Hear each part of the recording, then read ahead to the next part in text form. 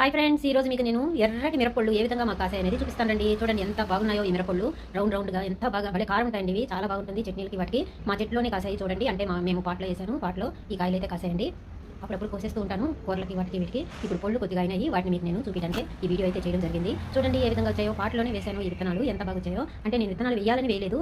కొద్దిగా పాడైపోయినాయి ఆ కాయలు. సరే అని చెప్పి అవి పాట్‌లో ఎత్తి పోసేసాను. చెట్లయితే వచ్చాయండి.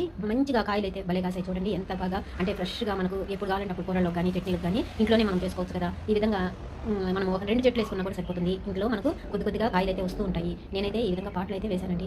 చూడండి ఎంత బాగా వచ్చాయో. అది కూడా మనకు ఇవి బయట భలే కాస్ట్‌లీ. అంటే ఈ గుండు మిరపకాయలు చట్నీలకి వాటికి చాలా బాగుంటుంది. అందుకోసం అప్పుడప్పుడు వేసుకున్నామంటే మనం చట్నీలకి వాటికి వాడుకోవచ్చు. ఇప్పుడు నేను పొళ్ళు కాయలు కూడా మీకు నేను చూపించాను కదా! ఇదే చెట్టువి అవి కూడా ఆ పొళ్ళు కూడా. ఈ విధంగా పచ్చికాయలు కూడా మనము కూరల్లో వేసుకోవచ్చు, చట్నీలు చేసుకోవచ్చు, ఏమైనా దేనికైనా వాడుకోవచ్చండి. అలాగే ఈ పొండు మిరపకాయలు కూడా నాకు వచ్చాయి కాబట్టి మీకు నేను ఇప్పుడు ఈ వీడియో అయితే చేయడం జరిగింది. ఈ వీడియో నచ్చితే ఒక చిన్న లైక్